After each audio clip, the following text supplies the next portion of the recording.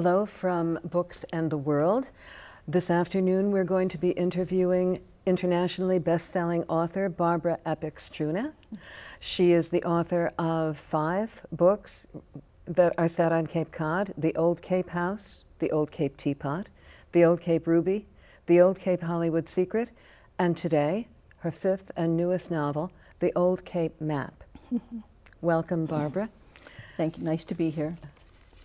And as I shuffle my papers here, I wonder if you could tell us a little bit about this book. What motivated you to write this one, the 5th in the series?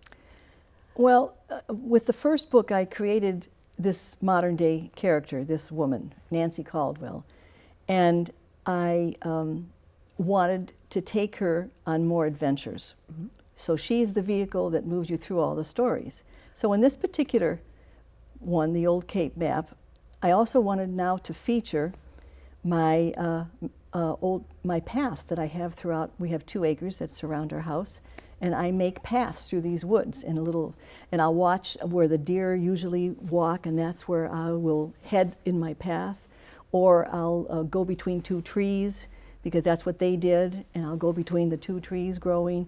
And so I wanted to feature walking in the woods, an adventure in the woods, and that's what I started with. And so I have Nancy Caldwell, who lives in the house, and she is the vehicle that's going to move us through this storyline. So she has 2 nieces that come to visit her in Brewster on Cape Cod. And how old are they? Oh, I think they're probably 12 or 13. So early teens. Yeah.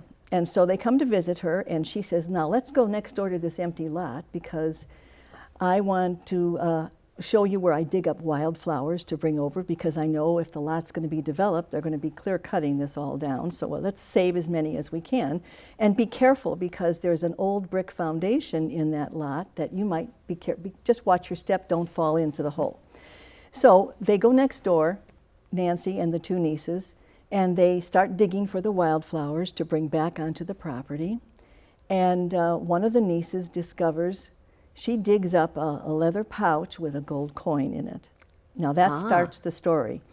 And in all of my books, I usually have Nancy find something today, in modern day, and then I'll take you into the next chapter, and you'll meet the character who put that item there, whatever time period it is. So I write in alternating chapters between the past and the present. So after she finds the gold coin, then I'll take you back to 1900, and you're going to meet the person that lived in that old brick house where the foundation is now evident.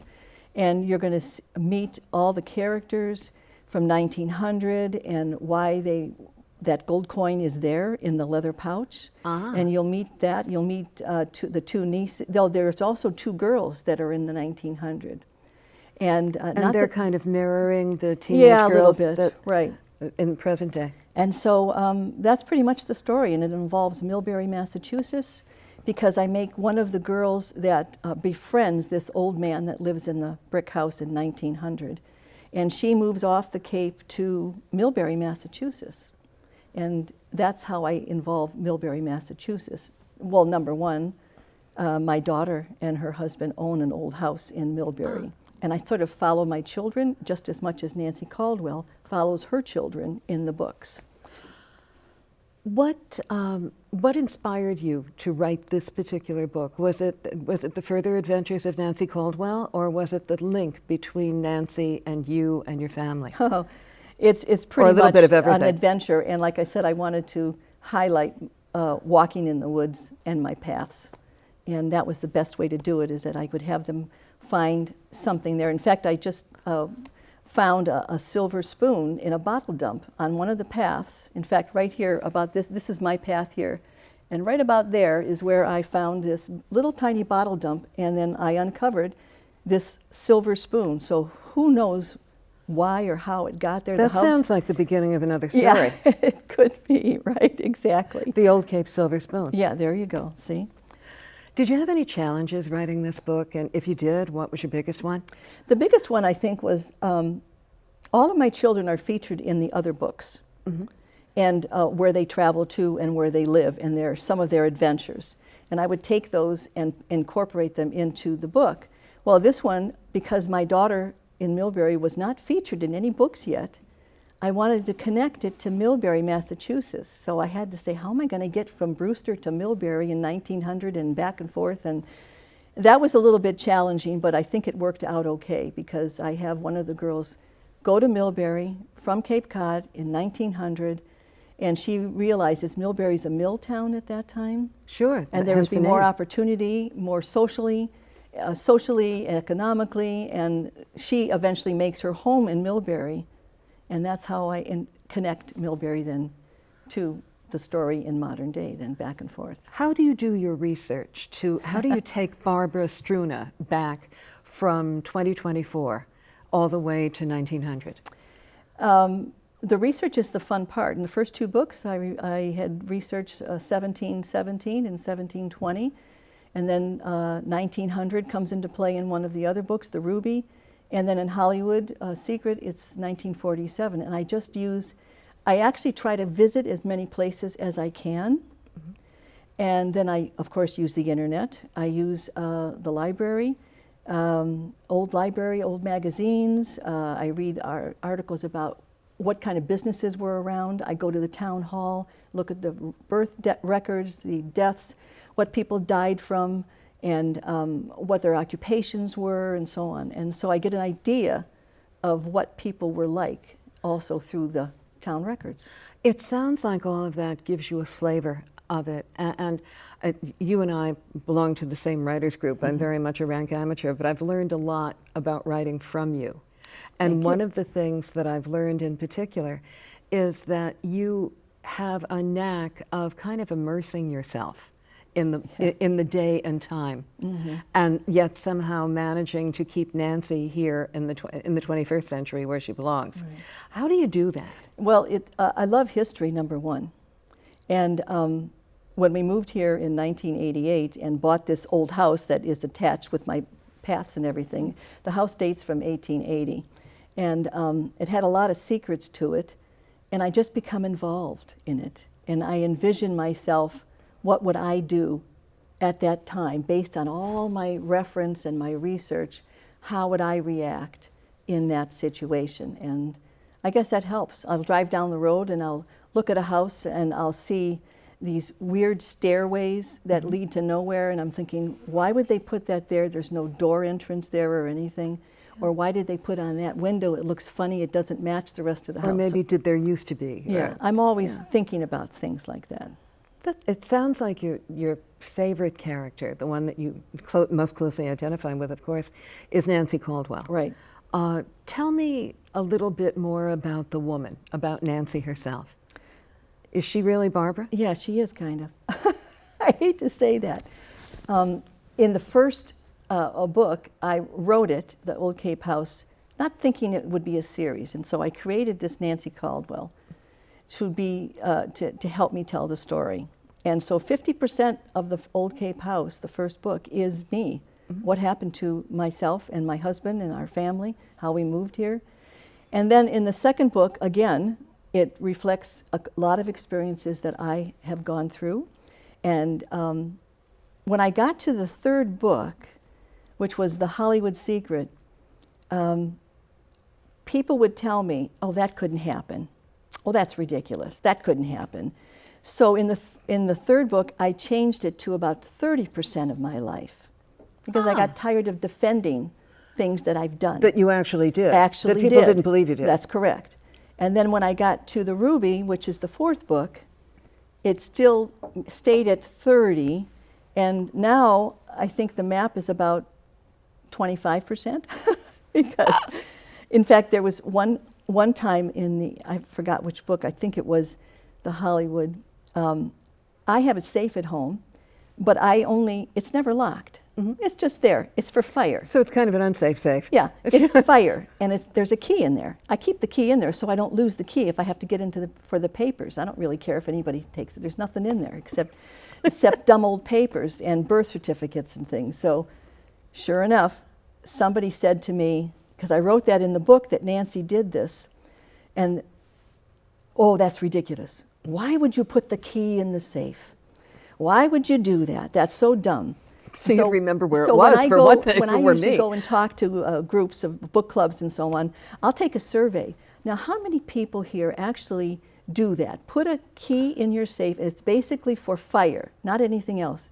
50% of the people would say they've done that. Oh, That's sure. what they do. So, but again, I got tired of explaining myself, so I don't. Apart from Nancy, what are your favorite kinds of characters to write? Or do you have any? Well, you know, I like to write villains. No I like kidding. to write about the bad guy, I think, sometimes. How come? I don't know. Maybe because I really don't meet any bad guys.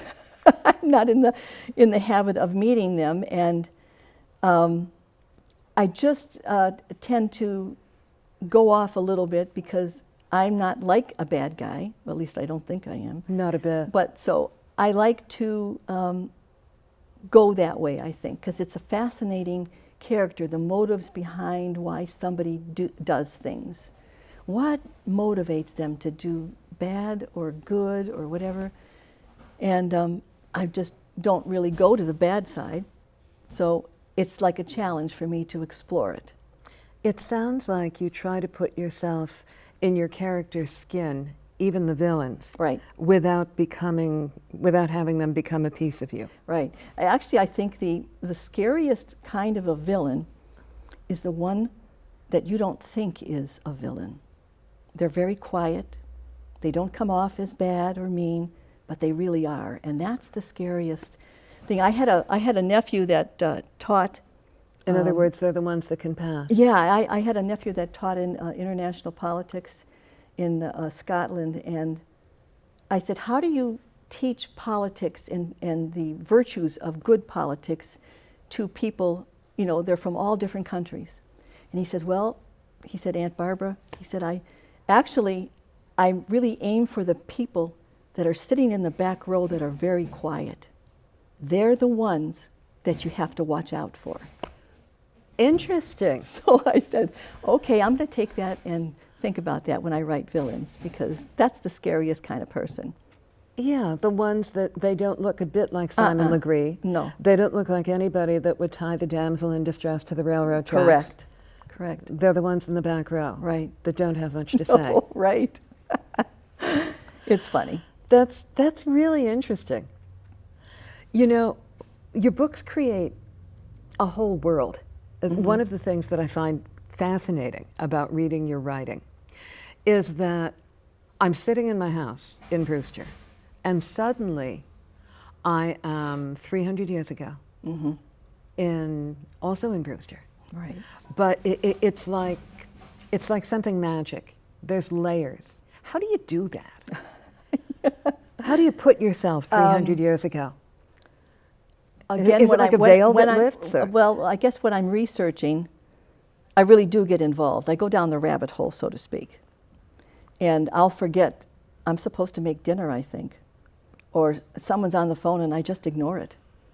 And I think that's why I really totally immerse myself into what I'm researching to figure out, and obsessed with trying to find the answer that I need to know. In fact, in The Hollywood Secret, I had to I wanted to make one of my characters a bush pilot that would spray chemicals in the 1950s in one of the old planes, and so I had to figure out what he does when he gets in and research the planes.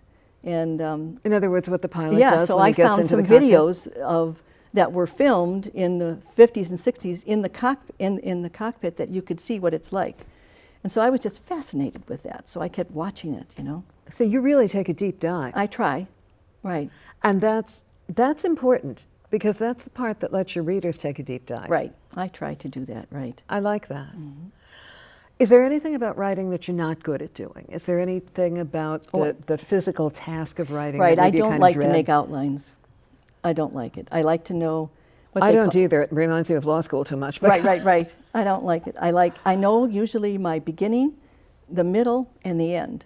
But I do not know what happens that moves my characters from A to B to C. That's what I have a hard time, but that's how I'm comfortable with, though. I can't write and sit down and write for like 2,000 words at one time. Maximum is like 1,000 words, and I have to stop then. How do you, at the very beginning, when you're thinking about a new book, how do you get from the first scene to knowing what the end is going to be? What's your process? Well, I for usually that? have the whole thing in my head. Ah, You know, the beginning, the middle, and the end. you don't invent it as you go along, it just comes to you? Well, I do. If I need a character, you know, if I get a mental block, the best thing I do is, well, I take a shower. And I step in the shower and you clear your head, and you're just doing mundane things like, or vacuuming. And I'll say, now how am I going to get Nancy Caldwell from this point to this point? And by the time I'm done, I get it. And that's how I kind of move that way. But sometimes I'm stuck for like a month, and I'll just stop and not think about it. How do you handle that? I do other things. I pay attention. I make cookies. I cook. I go to the beach more. You pay attention to me every day. And I talk to my husband. He's so funny. He just listens. And he listens. And I'll say, now, what do you think this could happen? What would you do in this instance, you know? Give me the version of a man's version. A man's perspective. What you would protect, or, you know, if Nancy Caldwell was in danger or whatever. Now, what would be the first thing you did? And so we would just talk about things. That's It wonderful helps. that you bounce things off him. If there's a particular scene about who punches first, we do sort of enact it just a little bit before we don't hurt any. No, We just no, of stand course there, not. and I'll say, now I'm going to throw this punch this way. Now, what would you do first? How would you go at me like that? So, it's funny.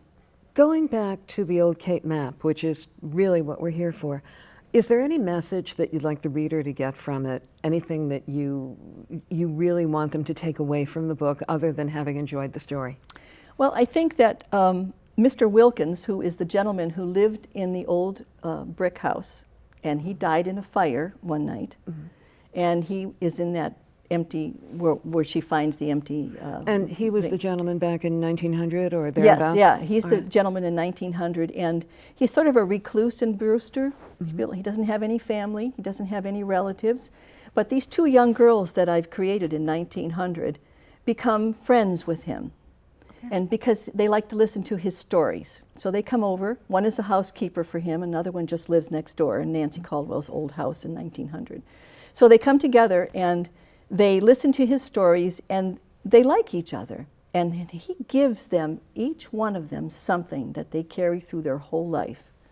I'm not going to tell you because you got to figure it out when you read the sure. book.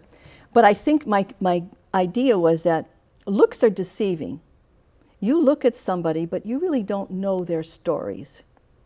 True and enough.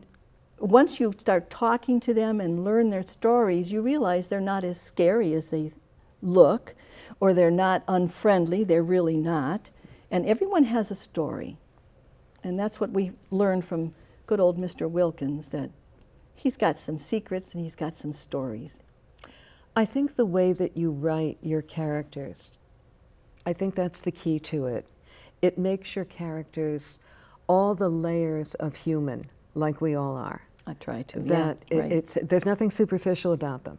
That's one of the things that I find fascinating about reading your books myself. Oh, good. There's not only can I identify with them because they're not ordinary people. In many ways, they're extraordinary people, but they're extraordinary in the way of people that you might meet, and you're able to truly get to know them. The reader's able to truly get to know them.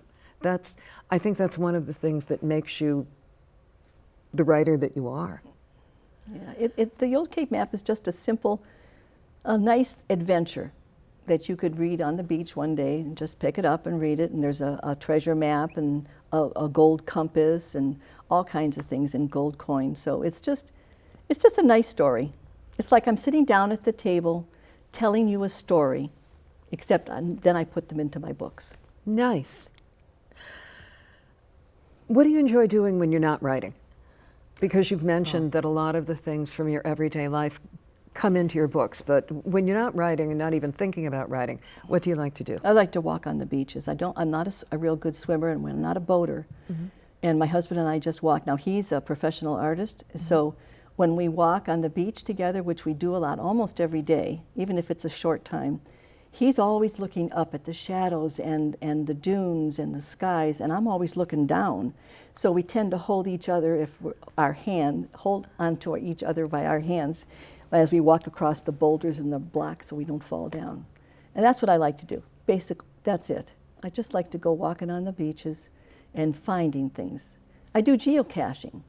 What's geocaching? Geocaching is a world international thing that things are hidden, and you join this geocaching app and you could go ahead and they give you the coordinates of where something is hidden. It's not important. When you say coordinates, do you mean latitude and longitude? Right, or? yeah, Oh, the directional signals, and you go on your phone with the compass and you try to find where this person, I don't even know who they are, and then you find it and then you record it, and then you have, like, people have thousands of finds. I'm only up to 78. I've been doing it for 3 years. That sounds like a lot. But it's fun. It's all over the country. Even in my daughter just went to Scotland, and she went on to three hunts in Scotland that's geocached. It's called. What an interesting way Yeah, to it's fun. get to know a place where you are. Absolutely. It took me to some places on the Cape that I've never been, and I thought, well, that's really interesting. What kinds of objects? There's nothing that you can take some tiny little trinkets or whatever, and then you have to leave a trinket, or you just sign the log. Oh. In other words, like something you'd find in a bubblegum machine? Yeah, right. It's really the thrill of the hunt to actually sure. find it, because they're hidden outside in the woods and different places under rocks and trees. Yeah. I've learned, I think I've mentioned a couple of times, in the writers group that you kindly allow me to be a member of, I've learned an awful lot about writing from you. What's the best piece of writing advice you ever got from somebody else? Well, it does prove well with my books. You write what you know. That is a plus. But if you're not a world traveler or a real bad guy, that could be a problem. Then you got to do a little bit more research. But I think the best advice I can give to anybody is that every chapter that you write needs to have your 5 senses in it to make it interesting. Spell that out. So in other words, you need to write something that you see, something that you smell, taste. What else is left? You hear. Touch. Touch, right. All those things make your chapter interesting to the person that's reading it. They make it compelling. Yeah. Tactile. Right. So it's just important. I think those are the things that and it makes the person want to turn the page too, always leaving with a question. What a neat idea. Your characters in your book are often young women or girls. If you could meet the teenage Barbara, what would you tell her? What would you either advise her or tell her? Or? Yeah, it's funny. I have kept a journal since I was 11. Wow. So that has pushed me into just always telling a good story. I like to tell stories. They're not always that great. I don't come off as good as much as I could write them. But when I was 11, and I was driving down the road, and you'd see a garbage bag on the side of the road. And at 11, I used to think, there's got to be body parts in there, or treasure. Now, normally people would think garbage, but that's what I was as a teenager. So I'm not sure how much I can tell my teenage person, because I was already You were already doing writing thrillers in your head when you were 11. Yeah, I think I would, used to be able to lay on the back of the car with no seatbelts and look out the back window.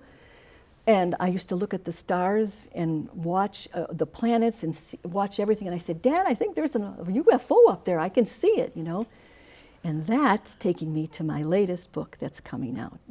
I'm writing right now. Tell me, what's next? It's a little crazy. It's going to be historical, and it will involve Nancy Caldwell's son, but on the same house in Brewster. And it's going to be about a dual universe and portals that are on Cape Cod. Tell me what you mean by a portal. A portal is just an opening, a door, call it what you will, that leads you to another world or another area or something. It could be... Or another dimension of this one, another maybe? dimension, right. So, it's going to be fun. Because even when I was little, I used to think I'd see UFOs up there. But anyway, it's fun, yes. So I'm researching it now. It's not going to be highly scientific. It's going to be historical, because it's going to go back to the 1970s, and it's going to have to do with the horseshoe crab and its blood, and how we use it, and so on. Wow. yeah, so it'll be, I just threw a lot of things out there at you. It's going to be a fun book. It'll be a couple years. I can understand how you can research a horseshoe crab and how you can research the uses of its blood. Mm-hmm. Here's what I can't understand. How do you research a portal? Yeah, I know. I'm not a real science fiction person, but I've always thought how ignorant of us to think that we're the only ones here in the universe. It isn't. It's not true. No, there's got to be other people out there. And so I always go on the premise of that, what if, and it could happen. That's what I do. Absolutely.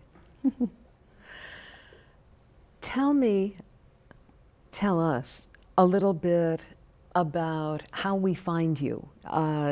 You're on social media. I am. I'm on Facebook, and I'm also on Instagram, and I am on TikTok. And I try to have a pretty good social media presence. It's like another job almost.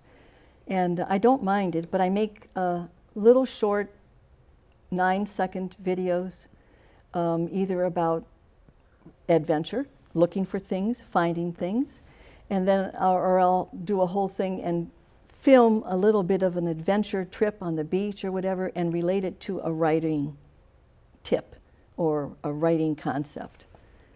So that's how I do it. So you could find me, just look up Barbara Struna, and it'll come up. So in other words, if we Google your name? Oh yeah, you can Google my name anywhere, and up will pop about 8, maybe 10 pages of me. You'll be able to find me pretty well. So tell us about the Writers' Center. The Writers' Center, I've been president of. I've been honored to be president. It'll be coming almost 8 years, and it's been around since 1962. That's over 60 years, and it's been a place where a writer can come and become an author. It can network. You network with people. You learn. They give you opportunities to present yourself in front of a crowd. They have writing tips once a month. The big conference that comes in August, which is coming up soon, and it's a wonderful network of people. Everyone is there, and they're all in the same mindset. That sounds like a wonderful tool.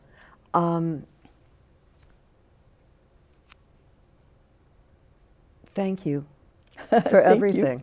Appreciate it. It gives us insight. And thank you to Books and the World. And it was wonderful talking to you. Thank you. I have fun talking. I probably talk a little too much, but you could go like this. You and me both. Yeah. I think I just got this. Yeah, it's been fun. Thank you.